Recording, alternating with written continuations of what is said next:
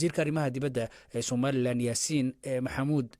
Xiir Faratoon ayaanu haddaba khadka taleefanka kula xiriirnay waxa uu waramay Isla Cabdiraxmaan Cali Dhimbil.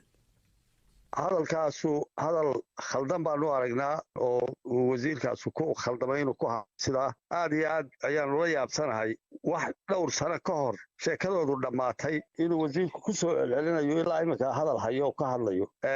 Somaliland iyo DP World iyo Ethiopia iyo heshiisyada ay galeen ee ku saabsan mashruuca dekada berbera iyo corridorka si madax bannaani ayay u galeen cid ay u daba fadhiyeen iyo cid ay weydiisan lahaayeen iyo cid mataqaanaa awood ku leh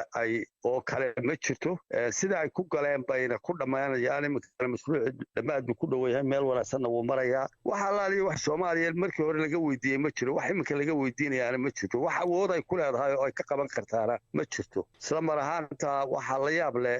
wasiirkaasu inuu dhinaca kaga hadlayo isaga iyo madaxweynihiisa iyo ra'iisul wasaarahoodii inay dhinaca ka hadlayaan inaynu isku soo dhawaansho iyo isfahan iyo wada hadal iyo in la galo mataqaana sidii loo wada hadli lahaa isla mar ahaantiina waxay sheegasho inay Somaliland ilaa iminka sheegtaan ay weli ay nuucisanayaan waa hadal aan meeshan ku jirin laakiin mudane sow inay hadal hayaan oo ay ka hadlaan sow sharci ahaan iminka dunida iyagu weli ma aha cidda wax laga weydiinayo arrimaha Soomaaliya ila weli idin kala idin ma aqoonsan waa kamad hadalna idin socdaan sharcigu marka uu fuli karayo sharci meel mari karayo uu yahay wax ka jiraan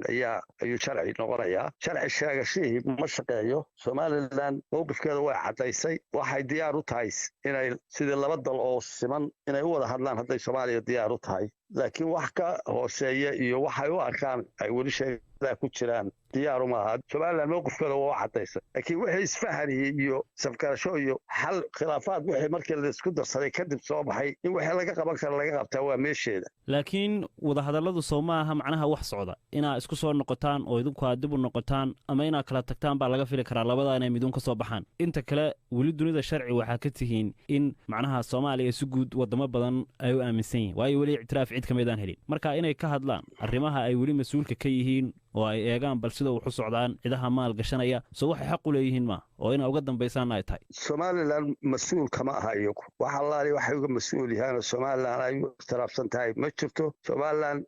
waxay ixtiraafsan tahay oo aaminsan tahay oo run ah inay madax bannaan tahay haddii la wada hadlayo oo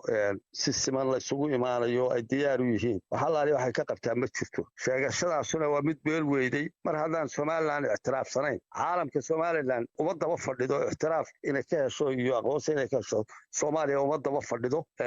Somaliland madax bannaanideedu waa muqaddas sidaasay ku tahay laakiin caalamka cidii ay isfahmayaan iyo cidii aan isfahmayn iyaday u taalaa Soomaaliyana ma weydiinayso laakiin soo cidda wax idin ka dhaxeeyaan ee aad haysaan ee wada hadalladu idin socdaan Soomaaliya ma oo aqoonsigiinuna iyaga kuma xidhna haddii ay diyaar u yihiin wada hadallo oo khilaafaad ay aan iskaga soo dhawaan karo aan isku afgaran karo diyaar bay u tahay Somaliland